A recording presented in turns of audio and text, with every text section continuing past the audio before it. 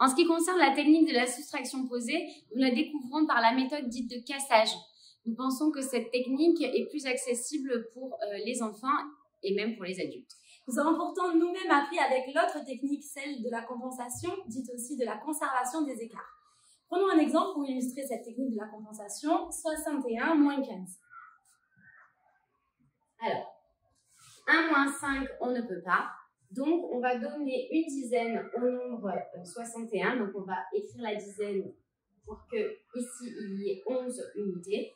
Mais pour respecter le principe de la conservation des écarts, on est obligé de donner également une dizaine au nombre 15. On peut ensuite faire 11 moins 5 égale 6. Et ensuite, 6 moins 2, 1 plus 1 égale 2, égale 4. Le résultat est donc 46.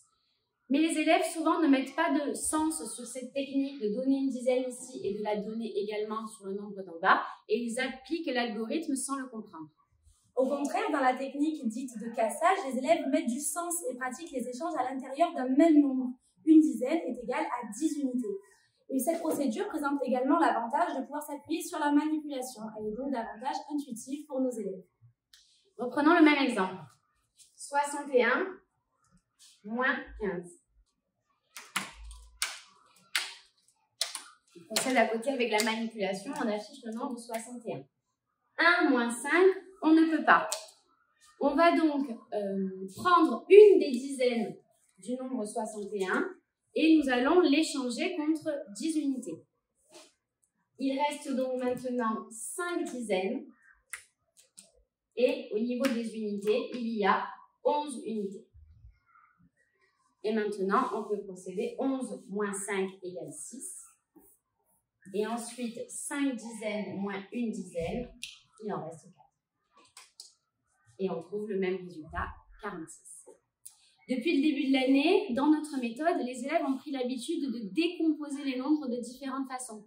Ainsi, ils ont appris que 61 était égal à 6 dizaines et une unité, mais c'est aussi égal à 5 dizaines et 11 unités. Et on pourrait trouver d'autres décompositions encore.